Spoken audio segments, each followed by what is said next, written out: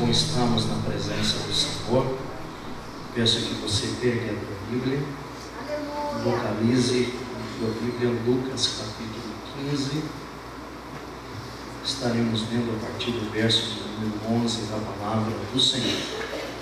Evangelho segundo escreveu Lucas, capítulo de número 15, verso de número 11, em seguida a palavra do Senhor.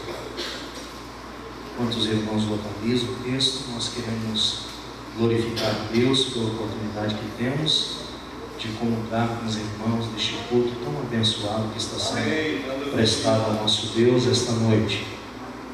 Fazendo menção também da nossa alegria por estar nesta igreja, visto que ela é pastoreada por um grande mentor, se é que assim podemos dizer, pastor Guilherme, que com o seu excelente procedimento tem sido espelho para todos os obreiros, principalmente para os obreiros jovens que estão na Assembleia de Deus em Curitiba. A certa feita, ainda quando solteiro, quase 10 anos atrás, o pastor Guilherme tem um sábio conselho que tem procurado pautar a minha vida no ministério, neste conselho que recebi. Este conselho tem feito toda a diferença na minha vida. Trago um abraço, pastor, meu pai, pastor Valdecir, congregação do Lagoa, congregação esta que está sendo dirigida por nós há 4 meses. Estamos ali, estávamos no Jardim da Independência, ficamos ali por um bom tempo, e aprove a Deus usar o nosso pastor presidente para nos trocar de congregação. Estamos 4 meses pastoreando a congregação do AU, congregação esta que tem um carinho muito grande pelo Senhor. Ali tem muitos obreiros que lhe respeitam e lhe amam. Louvo a Deus também pela vida do irmão Vilmar, a irmã Eneide, que são responsáveis aqui pelo culto, o culto da família. Deus em Cristo abençoe o nobre irmão, sua esposa e este trabalho que está em vossas mãos. Alegrei meu coração de poder ver o pastor Gumercindo. Trago também a saudação do pastor Valdecir ao irmão. Pastor Gumercindo é um homem de Deus, uma referência também para a Assembleia de Deus em Curitiba, visto que dirigiu muitas congregações, né, pastor? Que Deus lhe abençoe e lhe dê saúde. Alegro-me por estar com a minha esposa, ela está fazendo aniversário e nós estamos juntos aqui com os irmãos. Eu estou um pouco com dificuldade, visto que tinha alguns compromissos já antes de ter assumido a congregação do AU.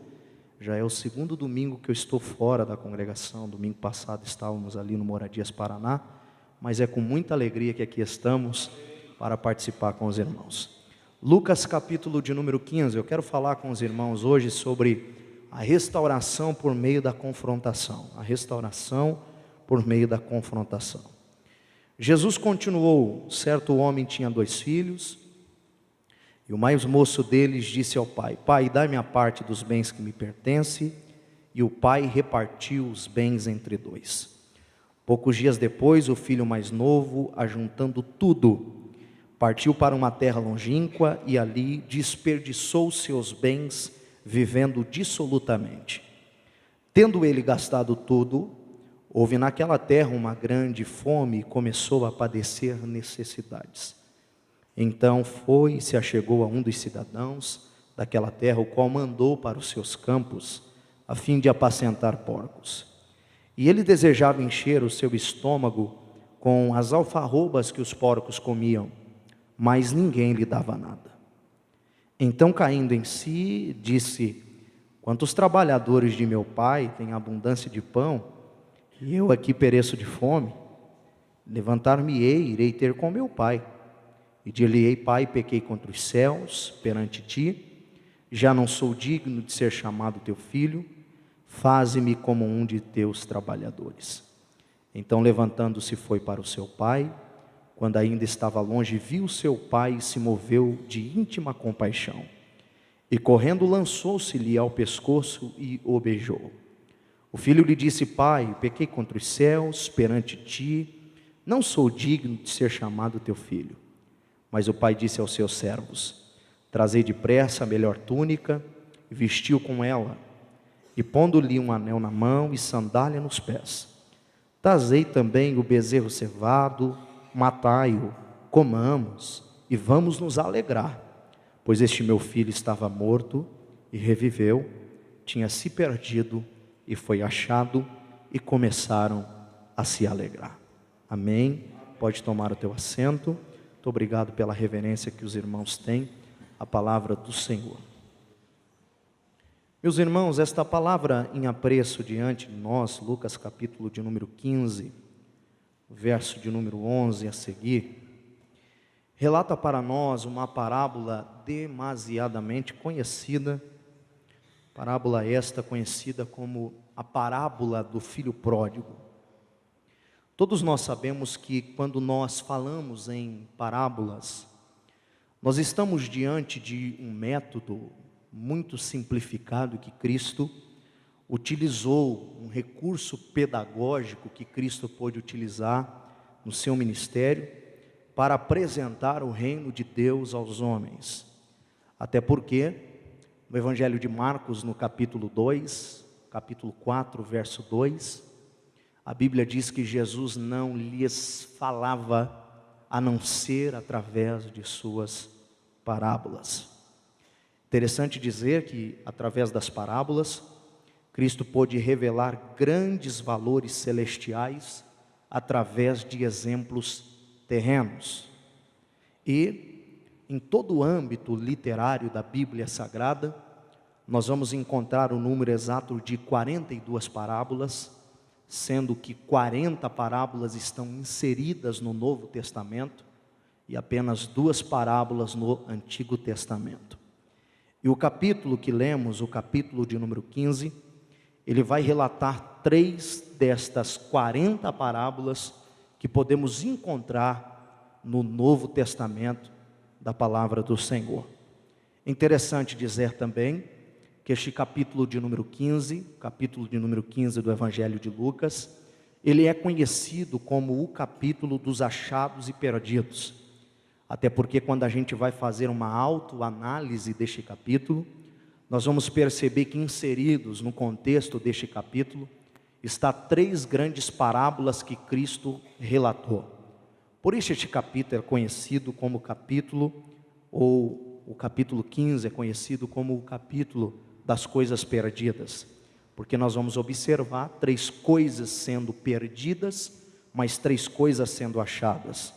Se você observar o capítulo 15, verso 4, Jesus está relatando acerca de uma ovelha que se perdeu do rebanho, de forma que o bom pastor, tendo 100 ovelhas, uma se perde, e o bom pastor deixa as 99 ovelhas no deserto e vai atrás daquela única que tinha se perdido. Se você olhar para o capítulo 15, verso 8, você vai ver Jesus relatando uma segunda parábola, como eu disse, são 3. Jesus relata em segundo plano, em segundo aspecto, a parábola da dracma perdida. E ele diz o qual, uma mulher que tendo 10 dracmas, se perdeu uma das suas dracmas, esta mulher não acende a candeia, varre a casa diligentemente e busca até encontrar a dracma que foi perdida. E quando encontra, esta mulher faz uma festa com as suas amigas, dizendo: vamos nos alegrar, porque eu tinha perdido a dracma. E os irmãos sabem que a dracma representava o valor de trabalho de um dia, então a perca dela era grande. Por isso que ela disse: eu encontrei aquilo que tinha se perdido, então vamos nos alegrar. E em terceiro aspecto, Jesus fala sobre a parábola do filho pródigo. 3 coisas que se perderam e 3 coisas que foram achadas. E esta noite, com a ajuda do Espírito Santo, eu quero analisar com os senhores aqui presentes algumas lições, alguns ensinamentos que esta parábola, a parábola do filho pródigo, pode nos ensinar. Agora, a título de introdução, eu queria dizer-vos que, sem dúvida nenhuma, esta parábola é uma parábola que vai nos revelar grandes e preciosos valores. Por exemplo, um dos valores que eu observo na parábola do filho pródigo é que este moço, ele não tinha motivos nenhum para abandonar o seu lar paternal. Quando você vai ver a palavra inserida no capítulo 15, a partir do verso de número 11, você vai perceber que este lar que Jesus relata, este lar que Jesus coloca em foco para nós, é um lar recheado, é uma casa recheada de abundância de pão, é uma casa recheada de amor, é uma casa aonde prevalecia a segurança que só o lar paternal pode propiciar. Interessante notar também que nesta parábola, a parábola do filho pródigo, Jesus está de uma forma muito categórica, chocando a mente dos judeus, que se indignavam em ver Jesus se intitulando Filho de Deus, e o mesmo como Filho de Deus, dando atenção para prostitutas, dando atenção para pessoas que a sociedade já tinha discriminado, a sociedade já tinha jogado às margens, e Jesus veio para quebrar este conceito judaico, que todo homem, ainda que chegue em uma declinação moral, em uma declinação espiritual, ainda que a sociedade diga não tem jeito, Jesus mostra que todos serão dignos de uma segunda chance ou de uma segunda oportunidade. Com esta parábola, meus irmãos, Jesus está quebrando o conceito judaico de pai, o conceito judaico de família e o conceito judaico de tolerância. Vou lhes mostrar por quê. Verso de número 12, se você puder deixar a tua Bíblia aberta, vamos utilizar a Bíblia. Verso de número 12, do capítulo de número 15, é a primeira coisa que eu observo, a razão, a motivação do porquê Jesus, com esta parábola, ele está mexendo com a estrutura judaica, ele está mexendo com as mentes dos judeus, que se indignavam em vê-lo, ele como Filho de Deus, dando atenção para pessoas que já estavam teoricamente pela sociedade jogado às margens.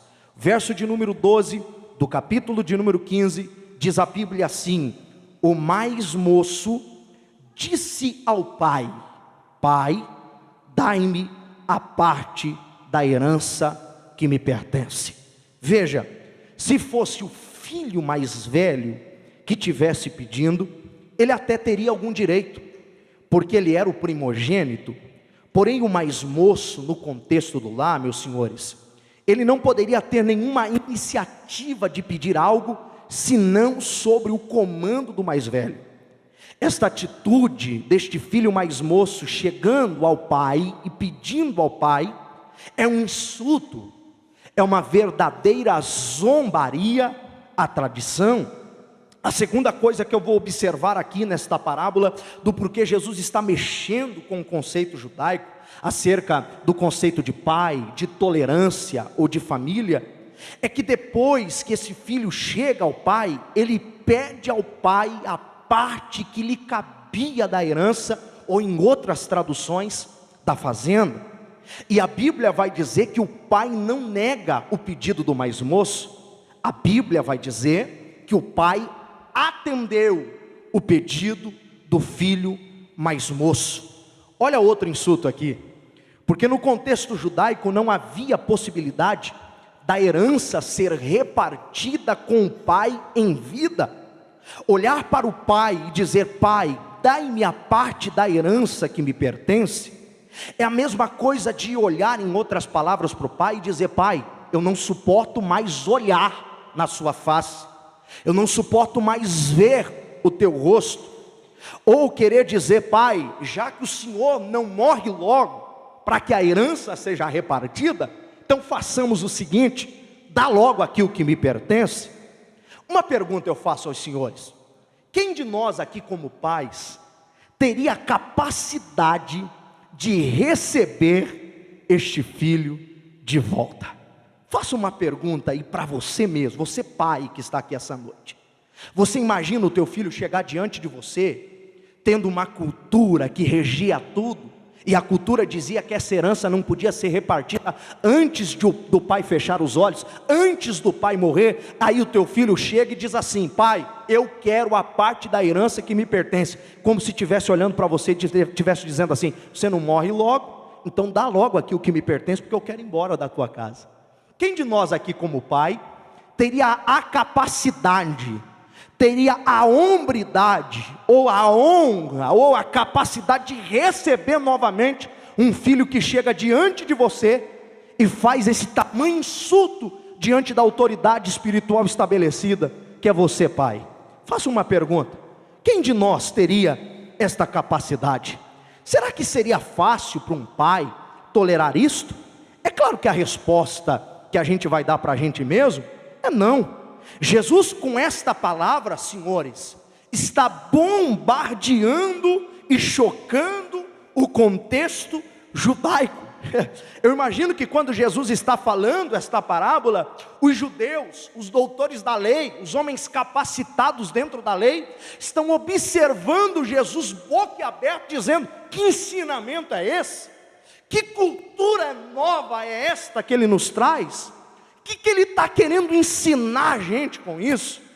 A terceira coisa que eu vou observar do porquê Jesus está literalmente bombardeando o conceito judaico com esta parábola, a parábola do filho pródigo, é que a Bíblia vai dizer que mediante a solicitação do pai, o pai reparte os bens, e pouco dia depois, diz a Bíblia, o filho mais moço, ajuntando tudo, veja, cada detalhe é importante aqui. O filho mais moço, ajuntando tudo, partiu para uma terra longínqua.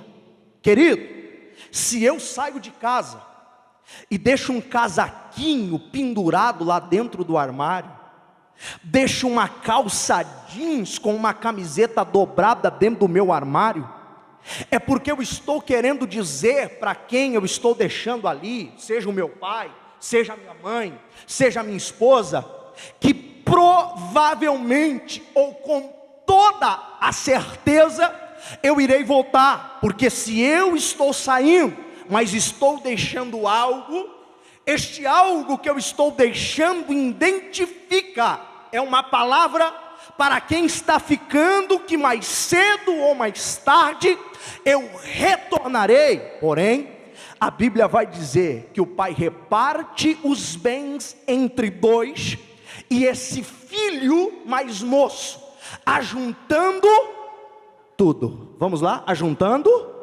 tudo o que possuía, partiu para uma terra longínqua. Sabe o que isso quer dizer? Este filho está dando a seguinte mensagem para o pai: pai, já que estou ajuntando tudo,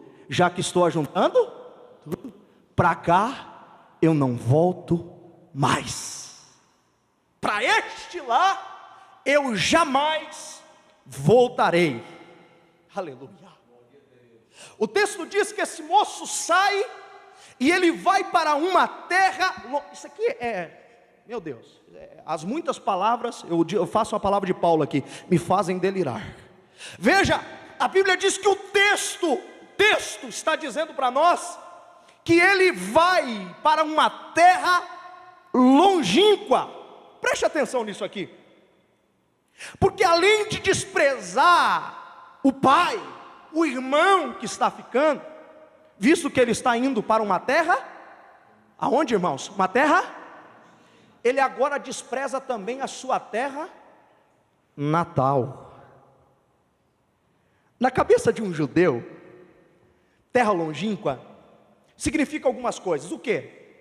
Significa que este moço está indo para fora, para distante, para longe dos termos de Israel, longe dos princípios que ele um dia aprendeu dentro do lar paternal, longe dos seus princípios religiosos. Ele agora passa a ignorar literalmente, não só o pai, não só o irmão, mas a terra natal e tudo que ele pôde aprender dentro do lar paternal. E sabe qual é a decisão desse moço? Viver longe do seu pai. E para piorar, a Bíblia diz que na terra longínqua, esse filho gastou tudo. É isso? Gastou tudo? Não, a Bíblia não diz que ele gastou tudo. A Bíblia diz que ele desperdiçou tudo. Qual é a diferença, pregador, entre gastar e desperdiçar? Vou lhes dizer: gastar é erro administrativo, falta-me a capacidade para administrar, aí eu gasto. Agora, desperdiçar é inconsequência, é não valorizar aquilo que um dia o pai suou para adquirir, é não valorizar o emprego de forças, de trabalho do pai, que um dia pôde adquirir com sacrifício. A Bíblia diz que ele desperdiçou tudo.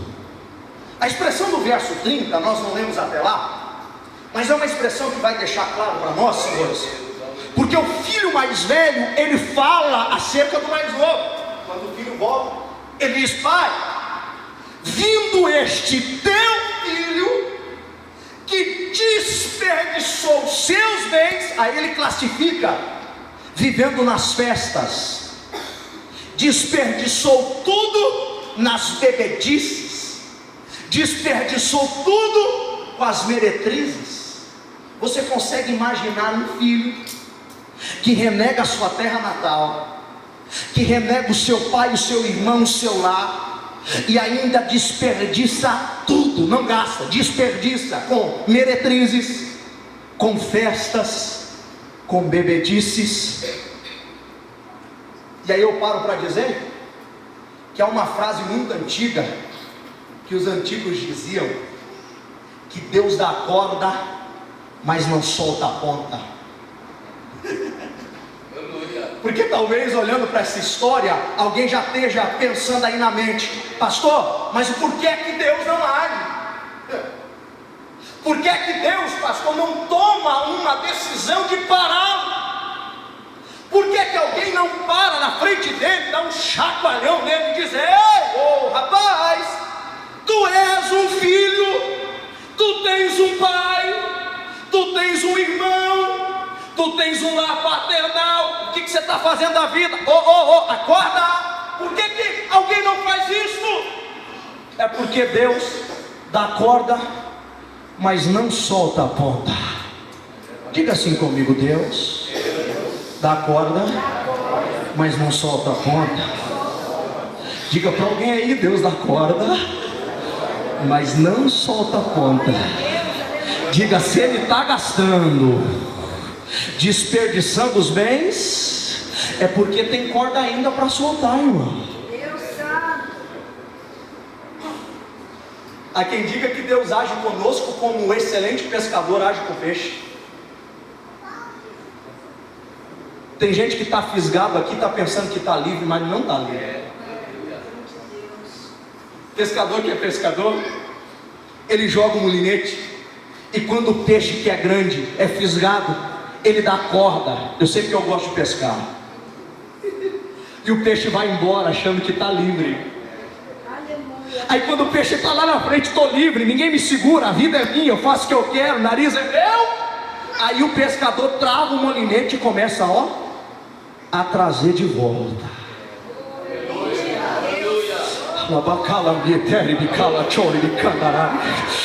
Você pode ser boca de Deus para alguém que está do teu lado e diga: você não está livre. Diga: porque o anzol de Deus está na tua garganta. Aleluia! Somos propriedade de Deus e Ele não abre mão de nós, irmãos. Glória a Deus. Aleluia, aleluia, Jesus. Vai gastando, desperdiçando, vivendo a vida.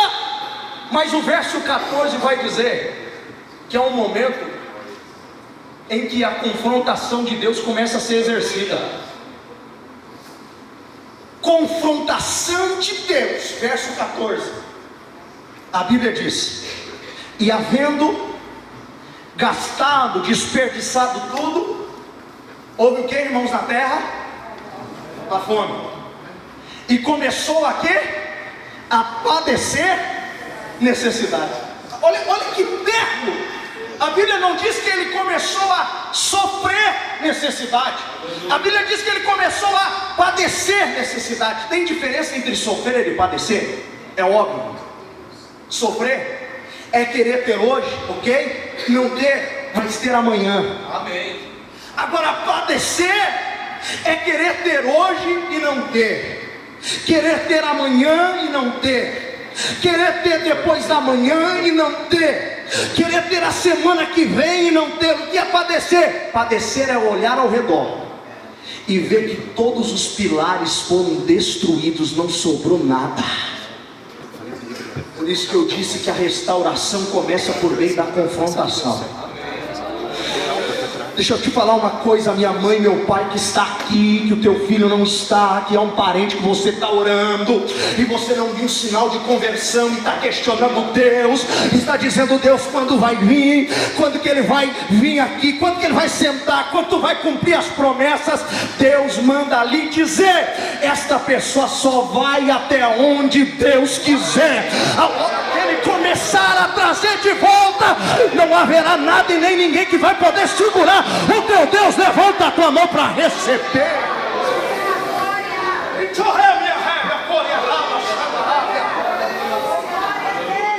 Eu sinto a autoridade de Deus para pregar essa palavra.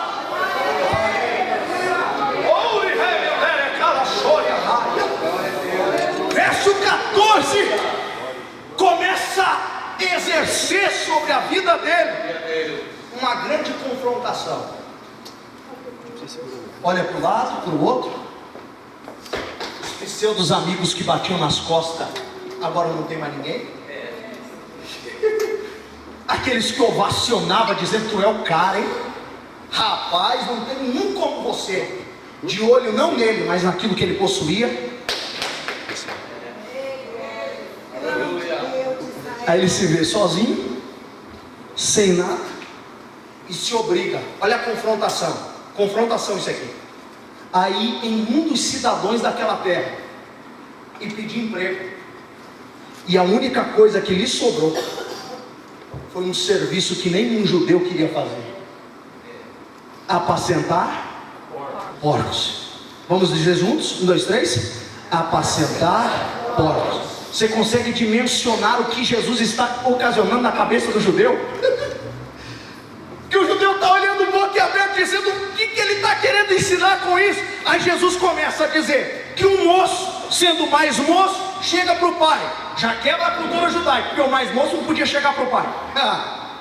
Além de chegar para o pai, ele pega a parte da herança com o pai em vida. O judeu já está de boca aberta. Vai para uma terra longínqua, longe dos termos de Israel, desperdiça tudo, com consequência tamanha. E além disso, a Bíblia diz que agora ele vai se transformar em um apacentador de porcos. Jesus está confrontando os judeus com o ensinamento, porque se tem uma coisa de pior que poderia acontecer na vida do judeu, era isso: sair de dentro da casa com regalia de filho para se transformar em um apacentador de porcos. Diga mais uma vez comigo: apacentador de porcos. Você quer que eu te diga uma coisa? A realidade é que o maior sonho do nosso adversário, tanto para com a vida da nossa família, nós estamos num culto de família, quanto para com a vida conjugal que você possui, quanto para a vida espiritual que você tem, o maior sonho do nosso adversário é arrancar pessoas daqui com regalia de filho, famílias daqui com regalia de filho, para transformar essas pessoas em apacentador de porcos, em ambientes sujos, em ambientes limpentos, em ambientes fétidos. Só que sabe o que glorifica a Deus? Que quando ele está sendo motivado pela confrontação, quando ele olha e percebe que os pilares foram quebrados, que não sobrou nada, ele percebe que literalmente está sendo chocado pela confrontação. E tem gente aqui dizendo: Senhor, por que é que todo mundo chega e não eu? Por que é que todo mundo recebe e não eu? Por que é que todo mundo vai e não eu? Por que é que todo mundo se alegre, eu estou triste, vazio, é porque Jesus está te confrontando, Ele está te trazendo para perto dEle, Ele te quer mais perto, mais próximo.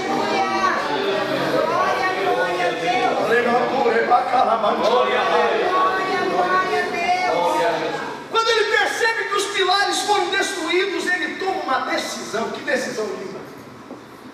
Ele olha para aquele redor, meio sujo, cheio de porcos, ambiente fértil. Ele faz uma conjectura: o Pai não me escolheu para viver aqui. Aleluia! O Pai tem algo maior para mim, melhor. Quer saber de uma? Levantar-me-ei. Glória a Deus. E irei ter com meu Pai. Glória a Deus. E quando eu chegar lá, eu vou dizer: Pai, eu pequei contra os céus, porque o primeiro pecado é contra Deus. Tudo que fazemos, primeiro pecamos contra Ele. Depois, Pai, eu pequei contra Ti, autoridade espiritual estabelecida sobre a minha vida. Pai, eu pequei contra os céus e perante Ti. Não sou digno eu de ser chamado como Teu filho. Mas me recebe, Pai, nem que seja como um de Teus trabalhadores ou jornaleiros. Porque talvez o trabalhador e o jornaleiro na casa do pai dele tinha mais dignidade do que ele como filho que estava fora. E sabe o que acontece quando há um arrependimento? Sabe o que acontece quando você aceita a confrontação? Sabe o que acontece quando você olha para os pilares ao redor e vê que os pilares foram quebrados, não sobrou nada, mas você toma uma decisão de correr para próximo do Pai? O Pai vai te restaurar, mas a restauração é por meio da confrontação. Para que ele fosse restaurado, ele teve que olhar aos pilares, ele teve que olhar ao redor, ele teve que olhar na esquerda, na direita e ver que tudo não deu certo, que tudo deu errado, que os pilares foram quebrados. Aí ele decide voltar. E o retorno deste filho é marcado por um encontro tão glorioso. Porque quando ele decide voltar e correr para o lar paternal, ele não vai encontrar um pai com um chicote na mão. Ele não vai encontrar um pai que está disposto a feri-lo. Ele não vai encontrar um pai que está disposto a virar as costas. Ele vai encontrar um pai que recebe ele de braços abertos, com um beijo no rosto. Levanta a tua mão assim, levanta. Se há alguém não crente, não evangélico aqui, a palavra de Deus para você é esta: independente do que você fez até hoje, esqueça o que passou, o Pai está aqui para te receber de braços abertos, com peso no teu rosto, porque você é filho de Deus. E a primeira coisa que o Pai vai restituir mediante o retorno é uma roupa. Glória a Deus. O pai olha para o filho, talvez ele estava com aquela roupa rasgada, né? Suja. O pai olha para ele e diz assim: filho, eu vou te dar uma roupa branca. Glória a Deus. Traga uma roupa de linho finíssimo e vestir este moço com ela. Interessante que algumas traduções dizem que o pai manda trazer uma melhor túnica. Glória a Deus. Outras traduções diz roupa de linho finíssimo. Outras traduções diz roupa branca, mas eu quero ficar com esta: traga uma melhor túnica e vestir com ela. Aleluia. A grande pergunta, visto que estamos num culto de família, é: você está preparado para viver o melhor de Deus na tua vida? Amém. Glória a Deus. Você está preparado para um tempo novo de Deus na vida da tua família? Você pode perguntar para alguém que está do teu lado, pergunte para ele: você está preparado para o melhor de Deus na tua vida, na tua família, no teu casamento, na tua vida? Não sei qual é a área que você precisa, mas o Pai manda trazer a melhor túnica. Implica dizer que o Pai tem para nós o melhor, o melhor, o melhor, o melhor.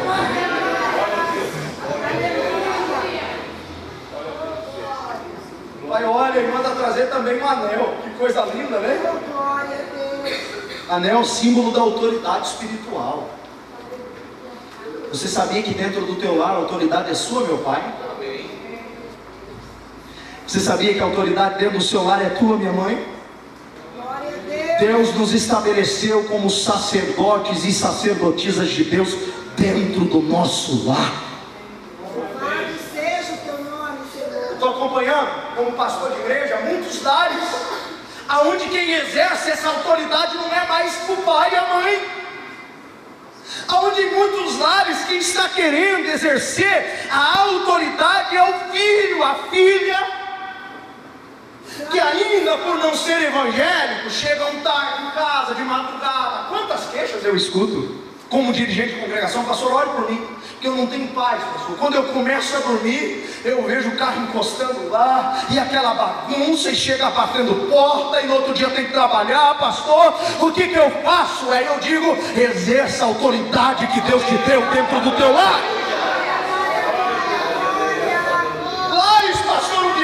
Aonde já se traz a namorada, aí eu sinto a autoridade de Deus para dizer isso, para passar a noite não é em quarto separado, é no mesmo quarto. Mas pastor, é que ele não é crente, não entende, não interessa. Lá dentro do teu lar tem que repousar a paz de Deus, e você é autoridade espiritual estabelecida. Você é o sacerdote de Deus dentro do teu lar, meu irmão. Pastor, mas não me respeita mais. Aí eu tenho uma palavra para te dizer. Hoje Deus está colocando a mão no teu dedo.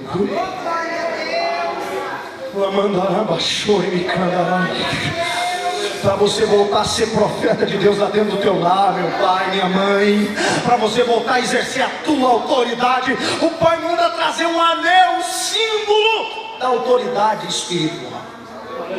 Mas eu quero terminar, porque disse ao meu pastor que ia até 10 pastores. Em último lugar, o Pai manda trazer uma sandália e colocar nos pés daquele moço. Se ele mandou trazer sandália, a conclusão é que ele estava descalço. Aí o pai olha e diz assim: filho, quem anda descalço é escravo.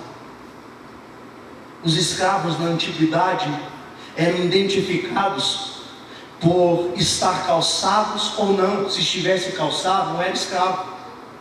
Agora, se estivesse descalço, eram escravos. Aí o pai manda trazer calçado, porque o calçado significará para nós a liberdade que podemos ter em Cristo Jesus. Eu glorifico a Deus que você podia estar em qualquer lugar, não é verdade?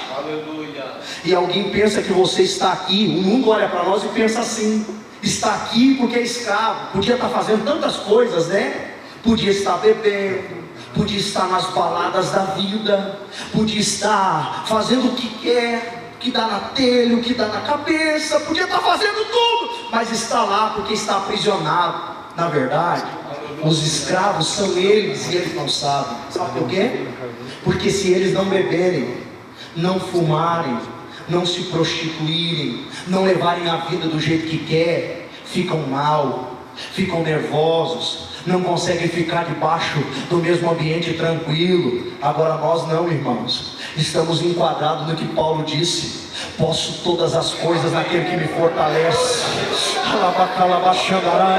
Sabe por que eu não bebo, não me prostituo e podia estar em outro lugar, menos aqui, mas estou aqui adorando a Deus? É porque algo muito maior já preencheu o vazio do meu coração. O nome dele é Jesus Cristo de Nazaré. Glória a Deus.